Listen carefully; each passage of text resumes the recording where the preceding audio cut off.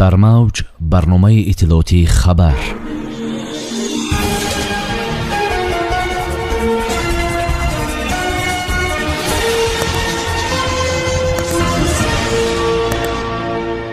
қонуни тибби Абуали ибни Сино дар Душанбе боз нашр шуд. раиси фурудгоҳи Внукова гуфт, кай парвозҳо миёни Тоҷикистон ва Русия барқарор мешавад. нархи равғани растанӣ дар Тоҷикистон ҳамроҳ бо воридоти он меафзояд. камонварони тоҷик дар Тошканд мақоми дуюм гирифтанд.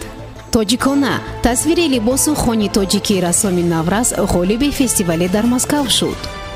шарҳи ин ва дигар хабарҳо бо шумо ҳастам. Юниса Тамулоева. Салом. кормандони маркази синошиносӣ, институти фалсафа, сиёсатшиносӣ ва ҳуқуқи Академияи Миллии Тоҷикистон қонуни тиб китоби панҷумро тарҷума ва бознашр намуданд, ки ҷилди 16-уми осори Абуали ибни Синоро ташкил медиҳад. Сунатулло Ҷонбобоев, роҳбари марказ, иттилоъ додааст, ки ҷилд бахшеро дар бар мегирад, ки дар илми тиб бо номи карободин фармакопия машҳур аст. китоб аз 3 қисм иборат мебошад. дар қисми аввал оид ба доруҳои мураккаб сухан меравад. дар қисми дуюм доруҳои мураккаб аз рӯи навашон тақсим шуда, таркиб, тарзи ба вуҷуд овардан ва истифодаи дурусти онҳо нишон дода шудааст. қисми сеюм доруҳои мураккаби санҷидашударо фаро мегирад, таъкид доштааст Сунатулло Ҷонбобоев. дар китоб бемориҳо, сабаб ва зиёне, ки ба бадани инсон мерасонанд, шарҳи комил ёфтанд, гуфт Ҷонбобоев.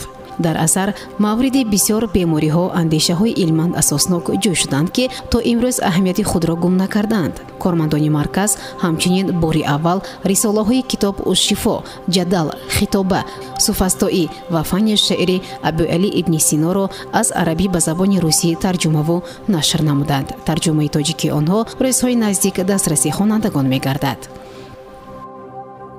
фурудгоҳи Внукова интизор аст, ки парвозҳо ба кишварҳои Иттиҳоди Давлатҳои Мустақил, Ӯзбекистон ва Тоҷикистон аз моҳи апрел-май ифтитоҳ мешаванд. дар ин бора Виталий Ванцев, раиси шӯрои директорони ҷамъияти саҳмии кушодаи фурудгоҳи байналмилалии Внукова хабар додааст, менависад ТАСС.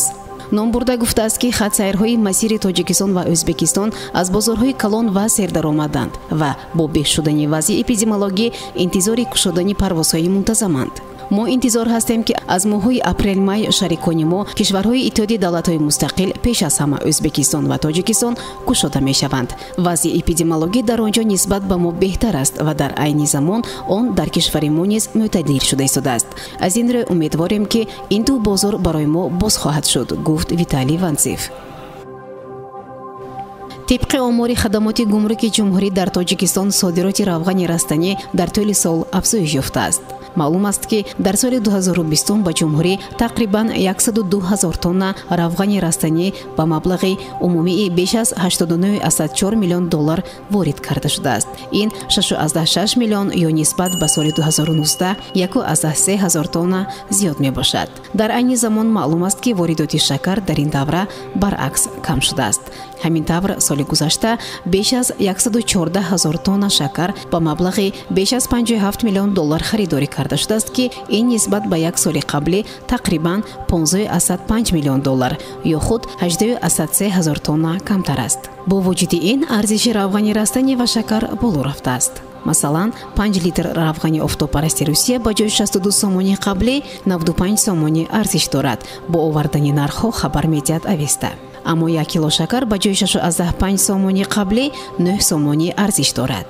қаблан хадамоти зидди инҳисории Тоҷикистон ин афзоишро ба он рабт дод, ки нархи маҳсулоти дар боло зикршуда дар кишварҳои истеҳсолкунанда боло рафтанд ва дар давраи пандемия мушкилот ворид ба миён оварданд. дар шаҳри Москав тариқи фазои маҷозӣ фестивали байналмилалии истеъдодҳои Навраз ҷамъбаст гардид, ки Наврази тоҷик соҳиби мақоми аввал шуд. 9-юмин фестивали байналмилалии истеъдодҳои Навраз таҳти унвони «Волшебная сила голубого потока. Мосгаз зажигает звезды» дар шаҳри Москав ҷамъбаст шуд. ин озмун дар фазои маҷозӣ баргузор шуд. дар озмуни мазкур иштирокчиёни беш аз 70 манотиқи Русия ва 4 давлат бо шумули Тоҷикистон иштирок намуданд.